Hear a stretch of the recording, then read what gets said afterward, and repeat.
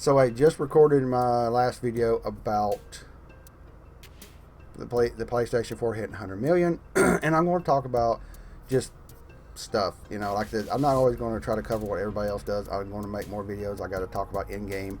I do want to watch in-game again, so that video is going to be pushed off. I'm going to re-watch it so I can think about it. So that video is getting pushed off. But I'm going to start looking at other things. And but this is something. PlayStation 5 has been kind of announced. Scarlett is Xbox's new one coming out or being shown off later on. And, as a person who has all the consoles right now, has a gaming computer right here, do I look forward to the ninth generation? No. I have no want to buy a PlayStation 5. Unlike, I jumped on it and some of my friends didn't. I jumped on the PS4 early. Even my friends have got to the point where they don't play these consoles as much as they used to. Some other friends got back into playing PC games. 7th generation was a golden generation. It was fun to have a console. It was different. You could have a PC and it seemed like you had different games. And some games that were, they were over there and it was on a PC, but I don't know. It just felt different. Now it's pretty much a game comes out, it's going to hit PC and all the major consoles, barring the Switch, give or take. Like depending on its hybrid design and what it can handle. And a lot of people are just like, fuck it, I'll just play on PC, or they just pick one. And with this console generation being weird, Microsoft just tripped out of the gate and never recovered. A lot of people went to the Sony camp. They just hit 100 million sales. But it just doesn't feel like these consoles were as good as they could have been. Even when they came out, and a Sony PS4 was an amazing little box, it was still pretty underwhelming compared to what the jump in other console generation. People have said that, articles have said that, people have argued over that. I'm not going to get into it. But then the one thing that sensed me not being interested, at least for a while, of a new console, which I'll probably get one. I'm a geek. I'll get into the hype. I'll get into should I pre-buy it? I may even end up clicking a button somewhere on Amazon and pre-buying something just because I'm a geek. But then Amazon doesn't charge me. I can then cancel it. But what makes me not want to get into them is these refreshes. The PS4 Pro, Xbox One X. I said it. Cyrus as I said it on the Game Ramblings when this shit started happening. They were no good. Go find me full legitimate numbers of that 100 million that shows me what the PS4 Pro is. Go find the numbers, which Microsoft is not reporting, so you can't find them. Confirmed numbers of how many Xbox One X's they're selling of total. I read last year, I can't find it. It was 1 out of 5 PlayStations for the PS4 Pro.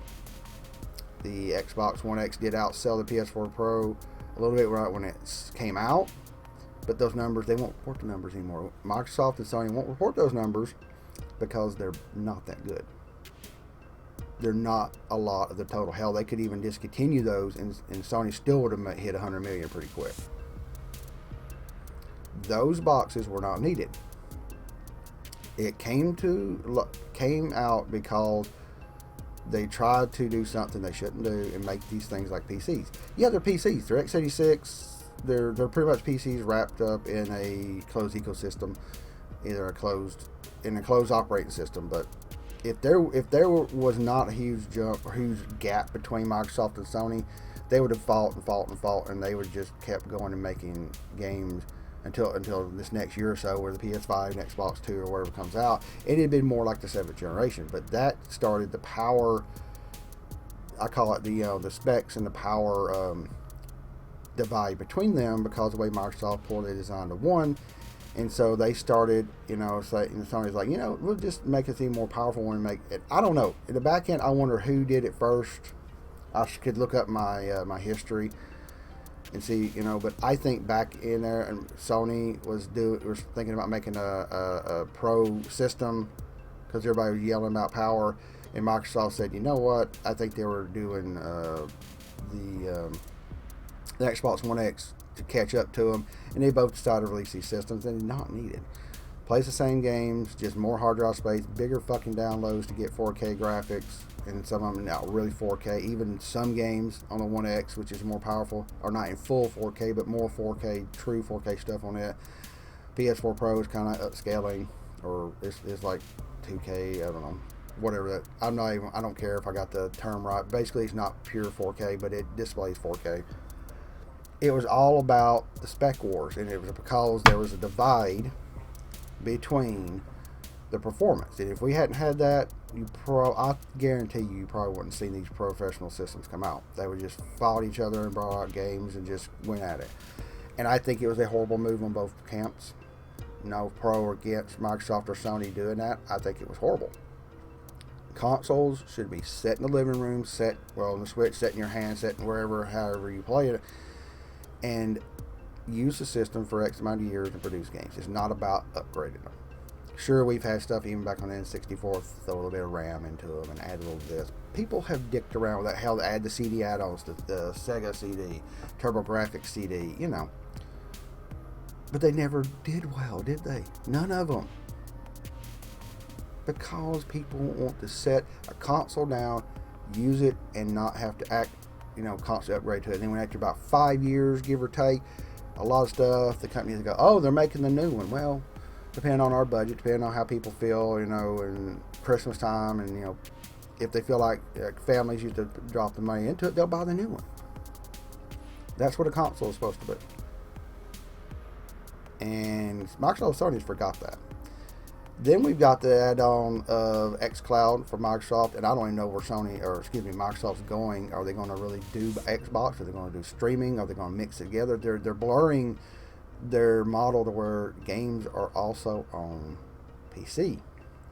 They don't know where they're going. They're not dedicated to the Xbox because they faltered on one console. I think they should double down, bring out an Xbox that's powerful, and make an Xbox great again. I know that's based off of a Trump slogan, but I'm not going that way. I mean, seriously, people said make stuff great again long before he did.